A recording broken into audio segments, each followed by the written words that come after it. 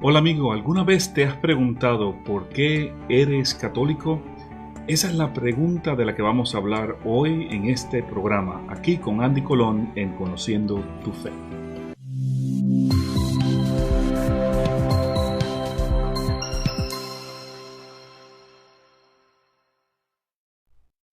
Hola amigos, mi nombre es Andy Colón y soy un apologista católico en la diócesis de Arlington, en el estado de Virginia, aquí en los Estados Unidos. Y quiero hablarte hoy a ti hermano católico que estás conectado conmigo. Bienvenido a este tu programa Conociendo tu Fe. Quiero hablarte a ti que profesas una fe cristiana dentro de la Iglesia Católica. Esta es una pregunta importante porque ¿cuántas veces hemos escuchado a decir a algunos protestantes cuando yo era católico, ¿verdad? Cuando yo era católico me emborrachaba, me adulteraba, fornicaba, etcétera, etcétera. Pero ya no, ya me convertí al cristianismo y ahora es Cristo quien vive en mí. No sé tú, pero estos comentarios a mí siempre me han parecido bastante interesantes. Porque por un lado está la realidad de que hay mucha gente que dice que una vez fueron católicos, pero realmente nunca lo fueron. Nunca practicaron su fe católica, nunca entendieron sus doctrinas, es más, nunca las practicaron. No fueron católicos comprometidos con su fe.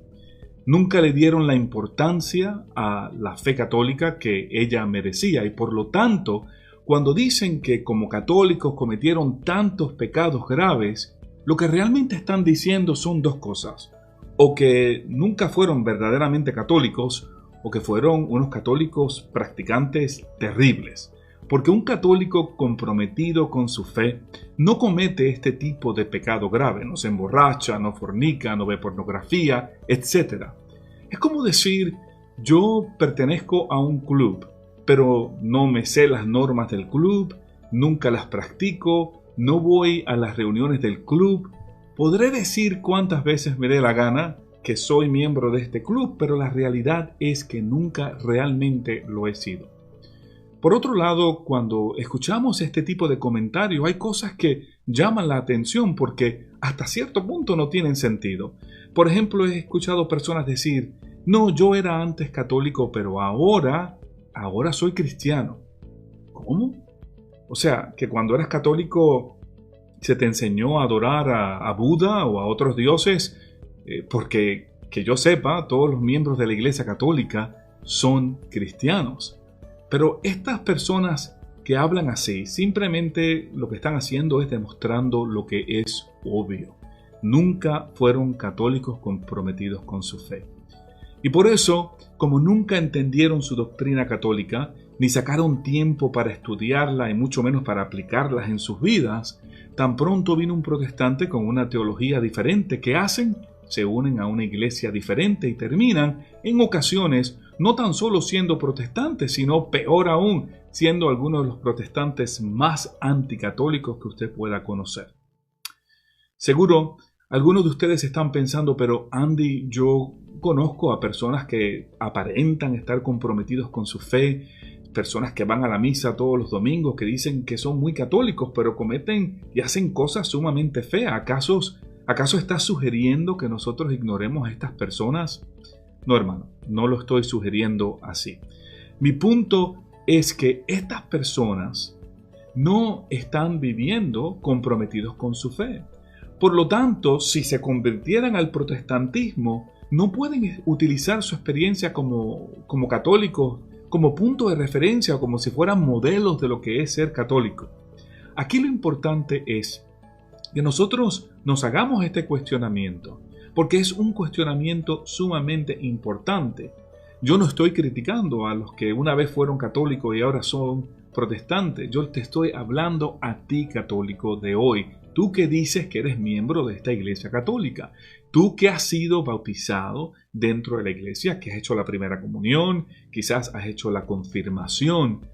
La pregunta es, ¿cuándo realmente conociste tu fe? ¿Cuándo realmente experimentaste ese momento donde pasaste por una conversión verdadera que te ayudó a vivir más plenamente tu fe católica? Esta pregunta es sumamente importante y por supuesto la respuesta va a variar de persona en persona. Cada uno va a dar su contestación y la respuesta puede ser de lo interesante hasta lo complicado. Pero si tu respuesta es, soy católico porque mis padres me bautizaron como católico, mi familia fue católica o he siempre sido católica, tengo un mensaje para ti. Tienes un problema bastante grave. Porque ser católico significa entender, consentir y aplicar en tu vida una serie de creencias y verdades reveladas por Dios para ayudarte a ti y ayudarme a mí a alcanzar la santidad. Cuando tengas una oportunidad, te pido a que compartas conmigo aquí en Facebook, hoy que te has conectado conmigo, o en YouTube, cuando veas el video en YouTube, tus razones por ser católicos. Si tú te sientes que eres un católico comprometido con tu fe, dame tu razón. Vamos a compartir la alegría de esta maravillosa fe con otras personas, porque es parte de nuestra obligación como cristianos llevar este mensaje a otras personas. Hoy, que solamente tengo 30 minutos para compartir contigo por medio de este programa, puedo darte muchas razones, pero el tiempo no me va a dar. Hoy simplemente quiero compartir contigo una sola razón y nuevamente quiero invitarte a que reflexiones conmigo tu razón aquí en Facebook o en YouTube. Mi razón principal, mi razón primordial, si alguien me fuera a preguntar, Andy, ¿por qué tú eres católico? Es porque yo tengo la convicción y puedo demostrarlo bíblica, histórica y teológicamente que la Iglesia Católica fue la iglesia fundada por Jesús. Si tú no tienes esa convicción de que la Iglesia Católica fue fundada por Jesucristo, si tú no lo puedes entender, si tú no lo puedes explicar y tú no tienes idea de quién fundó la Iglesia Católica, yo creo que es hora de que te ajustes los pantalones y comiences a tomar un buen curso de formación católica que te pueda ayudar a entender esa gran realidad. Porque si no lo haces, entonces, ¿cuál es la diferencia entre tú y, digamos, un bautista o un pentecostal o una persona luterana que ninguno de ellos creen que la Iglesia Católica fue fundada por Jesús y peor aún, lo refutan? Recordemos que en los Estados Unidos nada más hay más de 50,000 iglesias protestantes. Cada una de ellas diciendo que entienden y proclaman la palabra de Dios, que sus interpretaciones son las correctas, que el Espíritu de Dios le habla a cada uno de ellos y a sus iglesias. Pero lo interesante es que hay 50,000 iglesias protestantes, pero cada una hace y dice algo diferente. Todas tienen una teología diferente, una diferente manera de ver las cosas. Algunas dicen que está correcto bautizar a los niños. Algunos dicen que el bautismo no es necesario para la salvación, otros dicen que sí, otros dicen que tienes que ser un adulto para bautizarte, otros dicen que está bien siendo jóvenes. Ahí está la problemática, porque el Espíritu de Dios es uno y no se puede contradecir. Y tú tienes las herramientas para explicar tu fe. Pero si tú no tienes esa convicción, no lo puedes explicar, entonces mi pregunta a ti es, ¿qué es lo que está marcando la diferencia entre tú, católico de hoy, que dices ser católico, y una persona protestante? ¿Por qué no te vas a otra iglesia? ¿Qué diferencia hace en tu vida el ser un católico comprometido con su fe? Yo te digo esto, hermano, desde lo más profundo de mi corazón. Todos los protestantes de hoy que en algún momento dicen haber sido católicos, haber sido miembros de la Iglesia católica, ninguno de ellos, sin excepciones, dejó la Iglesia Católica con la convicción de que la Iglesia Católica fue fundada por Jesucristo. Esto significa que si tú no tienes esa convicción, si tú no lo entiendes y no lo puedes explicar, tú puedes terminar siendo protestante. Porque si estas personas que dejaron la Iglesia Católica y ahora son protestantes, si ellos hubieran entendido que la Iglesia Católica fue fundada por Jesús, jamás se hubieran atrevido a dejar la Iglesia Católica, que Jesús, a quien ellos profesan amar, fundó para su edificación y su santificación. Entonces, repito, si tú no lo puedes explicar y mucho menos lo puedes entender, Y si no tienes esa convicción, te estoy diciendo hoy que estás a un paso de ser protestante y que, como dije anteriormente, ya es hora de que te ajustes los pantalones y comiences a cuidar de tu fe. Así como cuidas de tu carro, de tu maquillaje, de tus prendas, de tu casa, de lo que sea. Así como lo haces, debes cuidar de tu fe, porque ninguna de estas cosas materiales, hermanos, yo te garantizo, te van a llevar al cielo. Sin embargo, estas sí te van a enseñar el camino, la fe sí te va a enseñar el camino seguro para llegar al cielo. En ocasiones estas cosas materiales pueden ser causa de tu perdición, pero la fe en Jesús siempre es el camino seguro para ir al cielo. Entonces, el creer que la Iglesia Católica es fundada por Jesús es algo bien importante que tú debes entender y debes estudiar. Y hoy quiero decirte que no es un asunto de fe. Y aunque se puede demostrar bíblicamente, históricamente, tú no necesitas de la revelación de Dios para creer eso. El creer que la Iglesia Católica fue fundada por Jesús es ante todo un asunto histórico, donde el razonamiento puramente humano te puede ayudar a entender esa realidad, ese hecho histórico.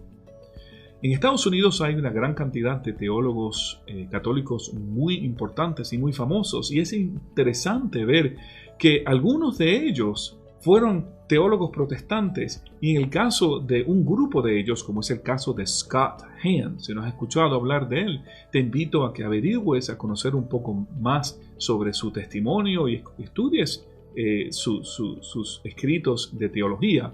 Scott Hahn se convirtió en católico cuando, como protestante, decidió contestar esta pregunta. ¿Por qué esta gente dice que la Iglesia Católica fue fundada por Jesús? ¿Cómo lo pueden demostrar? Y fue yendo a la historia que llegó a esa conclusión. Y todo historiador objetivo que ha estudiado este asunto ha confirmado que la primera y única iglesia cristiana existente desde la época de Cristo es la Iglesia Católica, Apostólica y Romana.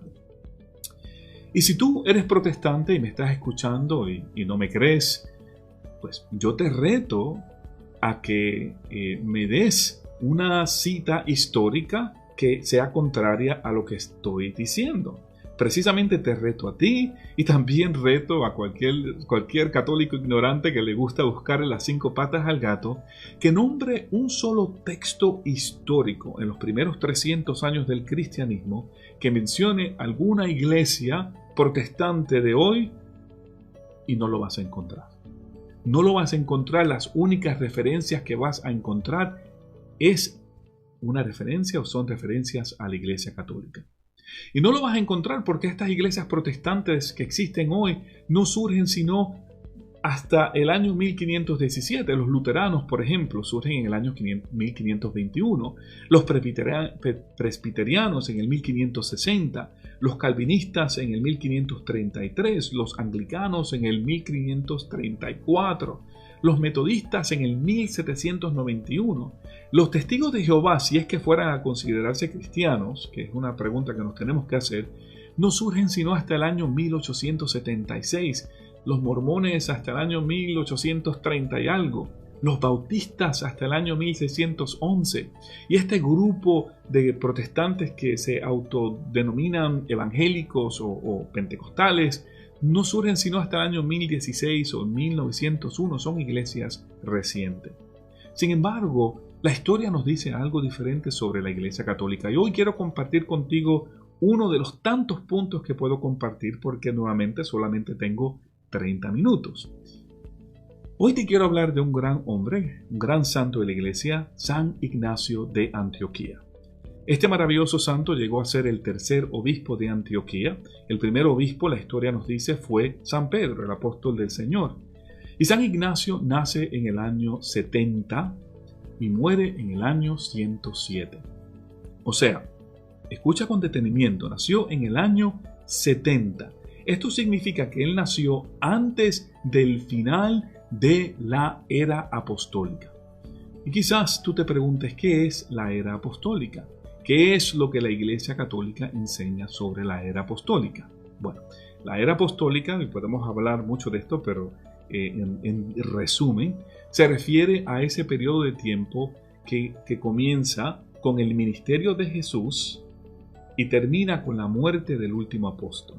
Ese ministerio de Jesús duró 3 años, comienza en el año 30, él murió en el año 33 y termina esa era apostólica alrededor del año 96 con la muerte de San Juan, que es el único apóstol del Señor que no sufrió martirio. Esta fecha del 96 es una fecha que muchos teólogos protestantes y católicos están de acuerdo con esta fecha. Hay otros que le ponen una fecha un poco diferente, quizás le añaden un año más, un año menos, 2, pero creo que la colectividad se refiere al año 96. Entonces estamos hablando del año 30 al año 96. San Ignacio de Antioquía nació en el año 70, antes que terminara esa era apostólica. Eso significa que él vivió cuando vivían los apóstoles del Señor. Él vivió cuando vivían los apóstoles del Señor. Él estuvo allí en ese momento crítico en la historia cristiana. ¿Y por qué esto es importante? Porque el primer indicio del uso de la palabra católica se puede encontrar en una de las cartas que él escribió. En una carta que escribió a una comunidad que era la comunidad simeniana alrededor del año 106. Esto lo pueden conseguir en Google, pueden encontrar su carta y si van al párrafo número 8 de esa carta van a encontrar algo bien interesante. San Ignacio de Antioquía dijo en esa carta, en el párrafo 8, que donde estén los obispos, él dijo, respeten a los obispos, porque donde están los obispos está Jesús, y donde está Jesús está la Iglesia Católica. Esa es la primera referencia, y él utiliza la palabra católica con esta comunidad porque es obvio que ya todas esas comunidades cristianas están familiarizadas con la Iglesia Católica, porque si no fuera así, decirlo es confundir a la comunidad. Sin embargo, él utiliza esa referencia porque esa colectividad de cristianos que profesaban la fe en Jesús en esos primeros 50, 100 años ya se estaban refiriendo como católicos. ¿Y saben lo que no van a encontrar? No van a encontrar ni una referencia a una iglesia protestante, no tan solo en el año 106, sino tampoco en el año 400, en el año 500, en el año 600. En los primeros 1000 años del cristianismo, usted hace una investigación histórica cualquiera, todas las referencias a las iglesias que existían era a una sola iglesia. Y esa sola iglesia tenía un nombre y era la Iglesia Católica. Es un hecho histórico. Y a veces pretendemos como que la historia no tiene valor o no importa, o quizás no nos los han enseñado porque no se acomoda a las agendas teológicas de ciertos grupos. Y es importante que usted como católico lo sepa. Ahora, también es importante que usted como católico entienda que la primera gran ruptura del cristianismo no se produce sino hasta el año 1054, cuando el patriarca de Constantinopla tuvo una disputa con el papa de ese tiempo. Son detalles históricos que no voy a cubrir en detalles porque si no vamos a estar aquí 2 o 3 horas. Pero tuvieron una disputa sobre quién de los dos tenía más autoridad. Entonces el patriarca excomulga al papa y el papa le devuelve el favor y así es que nacen las iglesias ortodoxas. Pero estas iglesias ortodoxas, es importante que usted sepa, no son iglesias protestantes. Existe una relación muy especial, muy unida, muy cercana entre la Iglesia Católica y la Iglesia Ortodoxa, que es en su teología casi exacta a la teología católica. Son unos puntos menores, unas disputas menores que separan a estos dos grupos, pero ellos participan de los sacramentos y de toda la experiencia eucarística que los católicos experimentan. No son protestantes porque no están diciendo que la Virgen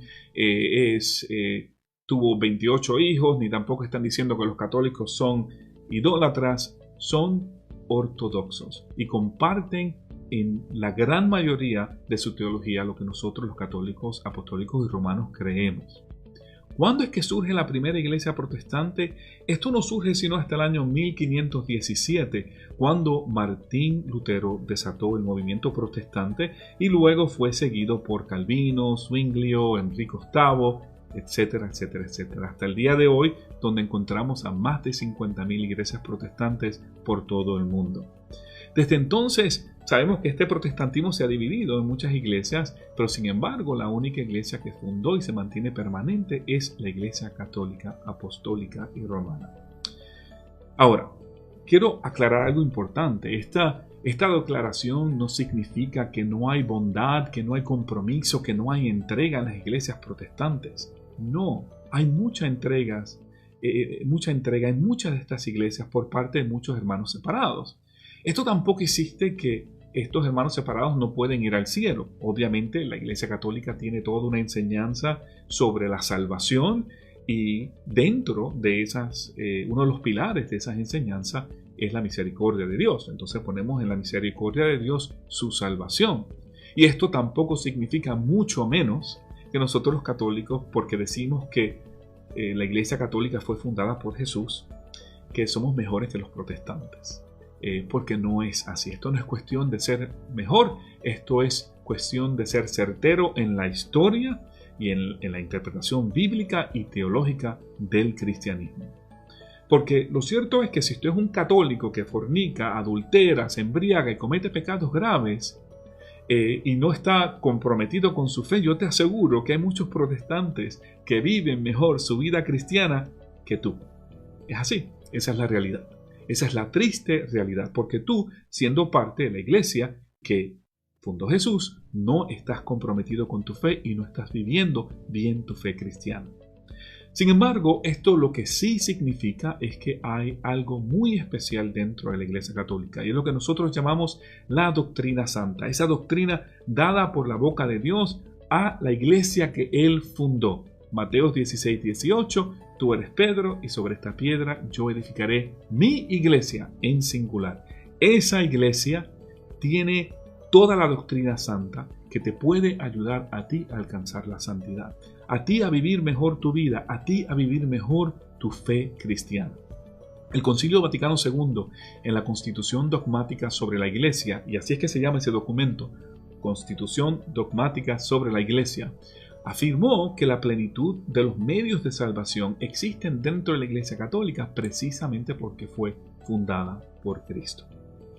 Hermanos, podemos seguir en este tema por un gran rato y podemos estar 2 o 3 horas, pero lo vamos a tener que dejar para continuar esta temática y otros temas en otros programas, porque aquí vamos a estar todos los domingos a las 6:30 solamente por 30 minutos. Pero tengo una nota final que quiero compartir contigo, así que no te vayas, quédate aquí conectado con Andy Colón, que regreso dentro de un momento.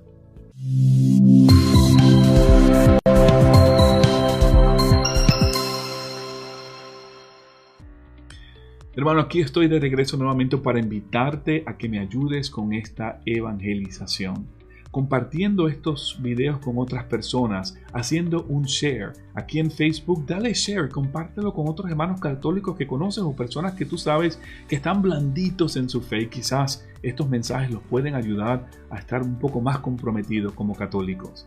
Lo mismo en YouTube. Cuando el video aparezca en YouTube, te invito a que compartas con otras personas. Yo no monetizo a través de estos videos, lo hago simplemente porque me fascina la noción y la idea de que estos medios de comunicación que existen hoy en día pueden llegar tan lejos y pueden hacer tantas cosas maravillosas. Y tú eres parte de esta evangelización. Tú eres parte de Conociendo tu Fe. Así que te invito a que le des un share y compartas estos videos con tus amigos, ya sea en Facebook, ya sea en YouTube o cualquier otro lugar que pueda ser de beneficio para otras personas. Te doy gracias por estar conmigo en el día de hoy. Estoy feliz. Es el primer programa que sacamos en vivo, pero lo vamos a postear aquí en Facebook y en YouTube. También te invito finalmente a que te suscribas a mis páginas, tanto en Facebook como en YouTube. Cuídense, que Dios los bendiga. Este es Andy Colón en Conociendo tu Fe. Nos vemos el domingo próximo a las 6:30 p.m. hora Eastern Standard Hour, ET. Que Dios te bendiga.